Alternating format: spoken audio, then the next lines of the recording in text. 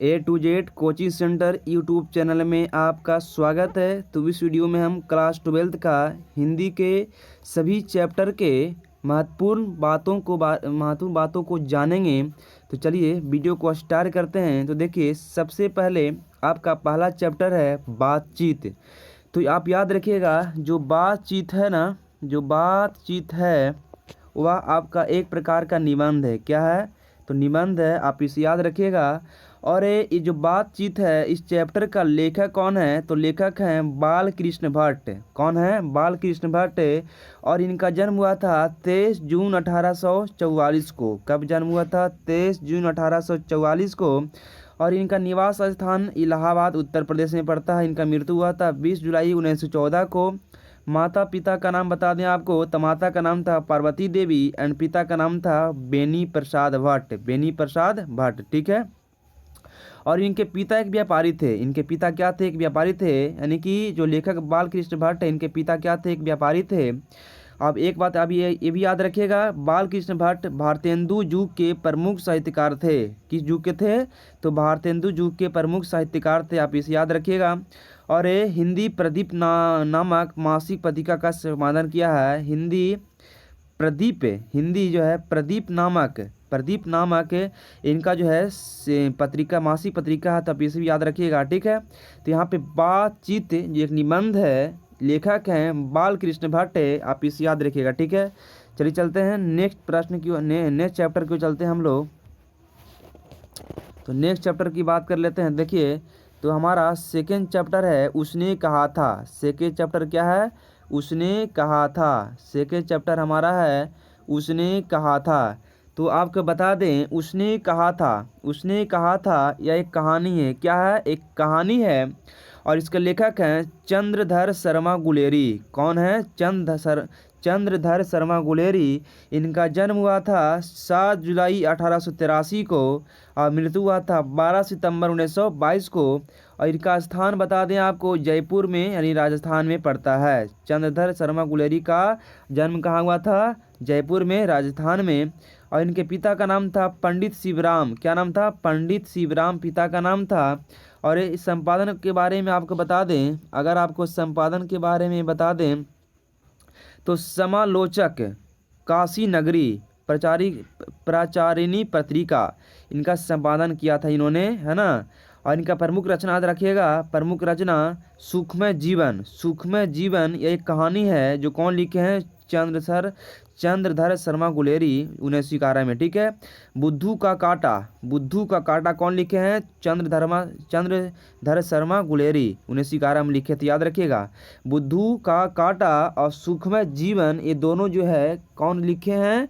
तो चंद्रधर शर्मा गुलेरी लिखे हैं। ठीक है। चलिए आगे चलते हैं तीसरा चैप्टर की ओर। तो देखिए, तीसरा चैप्टर आपका है, देख सकते हैं, तीसरा चैप्टर है संपूर्ण क्रांति। क्या है? संपूर्ण क्रांति। तो याद रखिएगा, संपूर्ण क्रांति जो है आपका एक प्रकार का भाषण है। क्या है? संपूर्ण क्रांति एक प्रकार का आपका भाषण है। आप याद रखिएगा।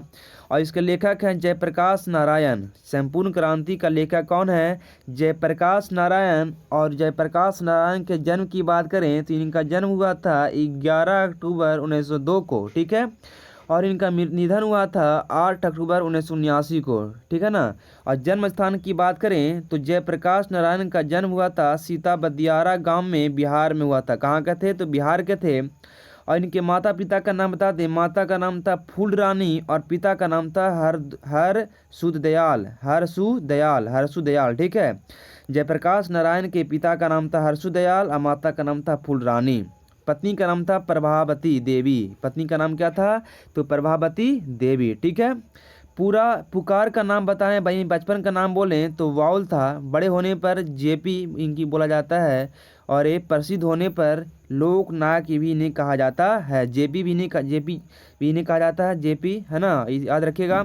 और प्रसिद्ध होने पर ही लोक नायक इन्हें कहा जाता है। तो लोक नायक जो है जयप्रकाश नारायण को ही कहा जाता है। शिक्षा के लिए अमेरिका चले गए थे, ये भी याद रखिएगा। शिक्षा के लिए कहाँ गए थे जयप्रकाश नारायण? तो अमेरिका चले गए थे। ठीक है। और बात करें 1998 में भारत रत्न मिला था, याद रखिएगा। 1998 में जयप्रकाश नारायण को भारत रत्न मिला था। 1965 में समाज सेवा के लिए मैक्सिक से सम्मान मिला था, मैक्सिक से सम्मान मिला था 1965 में समाज सेवा के लिए। ठीक है, तो संपूर्ण क्रांति के बारे में हम लोग जान लिए। चलिए चलते हैं आगे, चौथा चैप्टर को चलते हैं। तो देखिए चौथा चैप्टर हमारा है, देखिए चौथा चैप्टर हमारा क्या है, चौथा चैप्टर है अधिनारीश्वर। अधिनारीश्वर क्या नाम है, अधिनारीश्वर। चौथा चैप्टर का नाम हमारा है अधिनारीश्वर। ठीक है, तो अधिनारीश्वर एक प्रकार का निबंध है, 1952 में लिखा गया था। तो आपको बता दें इसका लेखक है रामधारी सिंह दिनकर। कौन है, रामधारी सिंह दिनकर। इनके लेखक कौन है, रामधारी सिंह दिनकर। और इनका जन्म हुआ था 23 सितंबर 1908 को और मृत्यु हुआ था 24 अप्रैल 1974 को। ठीक है, माता पिता की नाम बात करें, माता का नाम था मनरूप देवी, माता का नाम था मनरूप देवी और पिता का नाम था रब्बी सिंह, पिता का नाम था रब्बी सिंह। ठीक है, पुरस्कार की अगर बात करें तो रामधारी सिंह दिनकर को संस्कृत के 4 अध्याय पर साहित्य अकादमी मिला था। उर्वशी पर भारतीय ज्ञानपीठ पुरस्कार मिला था। याद रखिएगा कि रामधारी सिंह दिनकर को संस्कृत के 4 अध्याय के लिए साहित्य अकादमी मिला था और उर्वशी रचना के लिए मिला था भारतीय ज्ञानपीठ पुरस्कार मिला था। इसे याद रखिएगा। रामधारी सिंह दिनकर का प्रमुख रचना की बात करें तो प्राण भांग जो 1929 में लिखे थे, हुंकार 1938 में लिखे थे, रसबंती 1940 में लिखे थे, रश्मि रथी 1952 में लिखे थे, आप याद रखिएगा रश्मि रथी 1952 में। हारे को हरिनाम 1970 में लिखे थे। संस्कृत के 4 अध्याय 1956 में लिखे थे और इसी के लिए मिला था साहित्य अकादमी पुरस्कार मिला था। तो आप इसे याद रखिएगा, इनका ये प्रमुख रचना है प्राण भांग, हुंकार, रसबंती, रश्मि रथी, हारे को हरिनाम, संस्कृत के 4 अध्याय, ये रामधारी सिंह दिनकर की रचना है। तो आप इसे याद रखिएगा। ठीक है, चलिए आगे चलते हैं। तो आगे अगर बात करें तो इन्हीं के बारे में थोड़ा सा जान लेते हैं और कि रामधारी सिंह दिनकर छायावाद युग के कवि थे। ठीक है, छायावाद युग के कवि थे, अब इसे याद रखिएगा। अगला चैप्टर हमारा है, देखिए 5वां चैप्टर।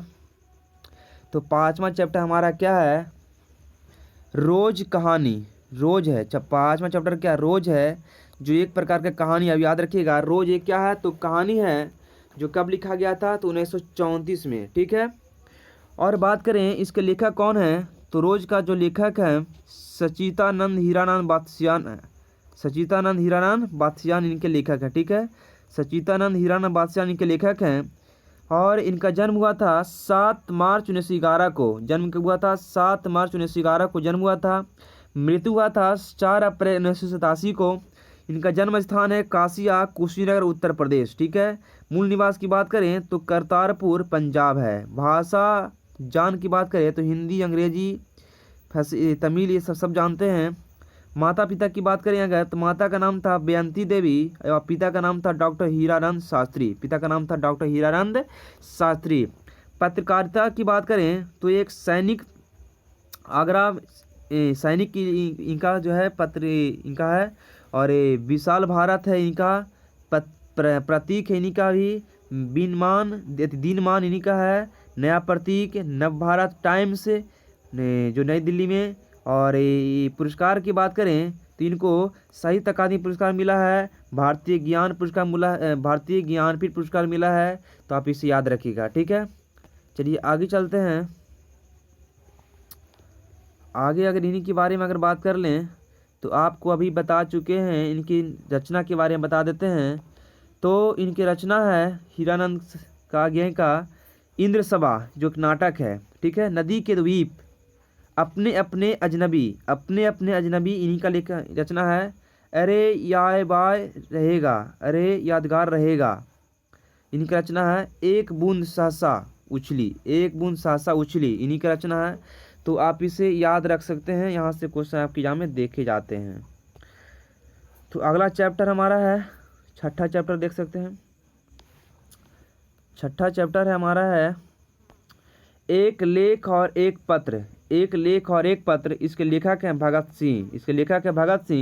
भगत सिंह का जन्म हुआ था 28 सितंबर 1907 ईस्वी को और ये मृत्यु इनका शहादत हुआ था, माने कि भगत सिंह को फांसी दिया गया था 23 मार्च 1931 को, 23 मार्च 1931 को। पैतृक गांव की बात करें इनका तो खटगढ़ कला पंजाब के रहने वाले थे। माता का नाम था विद्यावती एवं पिता का नाम था सरदार किशन सिंह, सरदार किशन सिंह। 1926 में अपने नेतृत्व में नौजवान भारत सभा का गठन किए और 8 अप्रैल 1929 को केंद्रीय असेंबली में बम फेंकने के कारण गिरफ्तार हुए थे। तो आप इसे भी याद रखिएगा, 8 अप्रैल 1929 को इन्हें गिरफ्तार किया गया था और 23 मार्च 1931 को इन्हें फांसी दिया गया था। आप इसे भी याद रख सकते हैं, ठीक है। चलिए आगे चलते हैं। तो हमारा 7वां चैप्टर है, हमारा 7वां चैप्टर क्या है देख सकते हैं। तो हमारा 7वां चैप्टर है ओ सदा नीरा। ओ सदा नीरा जो एक निबंध है, क्या है, एक निबंध है। इसके लेखक हैं जगदीश चंद्र माथुरा, जगदीश चंद्र माथुरा। इनका जन्म हुआ था 16 जुलाई 1917 को, मृत्यु हुआ था 14 मई 1978 को। जन्म स्थान की बात करें शाहजहांपुर उत्तर प्रदेश, जो उत्तर प्रदेश में पड़ता है। बिहार के शिक्षा सचिव हुए, बिहार के शिक्षा सचिव भी बने थे, ठीक है, जगदीश चंद्र माथुरा, ठीक है। और सम्मान की बात करें, पुरस्कार की बात करें तो विद्या भारती की उपाधि विभूषित हुए थे, कालिदास अवार्ड मिला था, बिहार राज्यसभा पुरस्कार मिला था। इनकी रचना की बात करें 1936 में प्रथम एकांकी मेरी बांसुरी, मेरी बांसुरी, भोर का तारा इनकी रचना है, भोर का तारा याद रखिएगा। ओ मेरे सपने, ओ मेरे सपने कौन लिखे हैं, जगदीश चंद्र माथुर, ठीक है। ओ मेरे सपने, मेरी बांसुरी, भोर का तारा, ठीक है, आप इसे याद रखिएगा। तो अगला हमारा है 8वां चैप्टर, देखिए 8वां चैप्टर हमारा है सिपाही का माँ, सिपाही का माँ। तो जो सिपाही का माँ है, जो सिपाही का माँ है एकांकी है, याद रखिएगा एकांकी है। और इसके लेखक हैं मोहन राकेश, मोहन राकेश इसके लेखक हैं। मोहन राकेश का जन्म हुआ था 8 जनवरी 1925 को, मृत्यु हुआ था 3 दिसंबर 1972 को। जन्म स्थान की बात करें जंडी वाली गली, अमृतसर पंजाब। बचपन का नाम था मदन मोहन गुगलानी, बचपन का नाम था मोहन राकेश का मदन मोहन गुगलानी। माता पिता की नाम बात करें तो माता का नाम था बच्चन कौर और पिता का नाम था करमचंद्र गुगलानी, ठीक है। कृतियाँ रचना की बात करें इंसान के खंडार, इंसान के खंडार इनकी रचना है नए बादल, जानवर और जानवर, जानवर और जानवर, आषाढ़ का एक दिन, आषाढ़ का एक दिन इन्हीं की रचना है। लहरों के राजहंस इन्हीं की रचना है। सिपाही की माँ अध्याय अंडे के छिलके और अन्य एकांकी से लिया गया है, अंडे के छिलके और अन्य एकांकी से लिया गया है सिपाही की माँ, तो आप इसे याद रखिएगा, ठीक है। अगला चैप्टर हमारा है देख सकते हैं 9वां चैप्टर। तो 9वां चैप्टर हमारा क्या है, प्रगीत और समाज, प्रगौड़ और समाज, जो एक निबंध है, याद रखिए जो एक निबंध है। इसके लेखक हैं नामवर सिंह, जिनका जन्म हुआ था 28 जुलाई 1927 को। जन्म स्थान है जियनपुर, वाराणसी, उत्तर प्रदेश। माता पिता की नाम बात करें तो माता का नाम था बागेश्वरी देवी और पिता का नाम था नागर सिंह, जो एक शिक्षक थे। आलोचना की बात करें त्रैमासिक के प्रधान संपादक, कविता के नए प्रतिमान एवं साहित्य अकादमी पुरस्कार दिया गया इन्हें। प्रमुख रचना की बात करें, कृतियाँ की बात करें तो बकलम खुद एक निबंध है, कविता के नए प्रतिमान, दूसरी परंपरा की खोज, ये सब इनका रचना है, तो आप इसे याद रखिएगा, ठीक है। अगला चैप्टर हमारा है 10वां चैप्टर जूठन। 10वां चैप्टर क्या है, जूठन। जो जूठन एक आत्मकथा है, जूठन जो है एक आत्मकथा है। इसके लेखक हैं ओम प्रकाश वाल्मीकि, जिनका जन्म हुआ था 30 जून 1950 को, ठीक है। और इनका जन्म स्थान है बरला, मुजफ्फरनगर, उत्तर प्रदेश, ठीक है। माता पिता की नाम की बात करें तो माता का नाम था मेकुंदी देवी और पिता का नाम था छोटन लाल। सम्मान की बात करें डॉक्टर अंबेडकर राष्ट्रीय पुरस्कार मिला था 1993 में, परिवेश सम्मान मिला था 1950 में, सॉरी गलत है, परिवेश सम्मान मिला था, अभी याद रखिएगा ये गलत है, ठीक है। अगला है जयश्री सम्मान मिला था 1996 में, कथा क्रम सम्मान मिला था 2000 में। तो अब इसे याद रखिए, सम्मान मिल चुका है। और ये जो कृतिश्र का रचना है जूठन, जो ये आपका चैप्टर है जूठन, एक आत्मकथा है, इन्हीं का रचना है। सलाम, घुसपैठिए जो कहानियों का संग्रह है। सदियों का संताप कौन लिखे हैं? तो लिखे हैं ओम प्रकाश वाल्मीकि। ठीक है, चलिए अगला चैप्टर की बात कर लेते हैं। तो अगला चैप्टर हमारा है हंसते हुए मेरा अकेलापन, जो सर्वनात्मक गद्य है। क्या है? सर्वनात्मक एक गद्य है। इसके लेखक है मलयज। कौन है? मलयज। इनका जन्म हुआ था 1935 को और निधन हुआ था 26 अप्रैल 1983 को। और ये मूल नाम की बात करें तो भारत श्रीवास्तव इनका मूल नाम था और जन्म स्थान इनका है मोही, आजमगढ़, उत्तर प्रदेश। माता पिता की नाम की बात करें तो माता का नाम था प्रभावती और पिता का नाम था त्रिलोकीनाथ वर्मा। मलया जी ने 1964 में कृषि मंत्रालय में काम किया, इसे याद रखिएगा। इनकी रचना की बात करें, जख्म पर धूल कौन लिखे हैं? तो मलया जी लिखे हैं। अपने होने का अप्रकाशित करता हुआ, हंसते हुए मेरा अकेलापन, ये जो रचना है ये है मलयज का, ये आप याद रखिएगा, मलयज का ये रचना है। ठीक है, अगला चैप्टर हमारा है सेकेंड लास्ट हमारा है तिरिच। ठीक है, सेकेंड लास्ट हमारा है तिरिच जो कहानी है। इसका लेखक है उदय प्रकाश।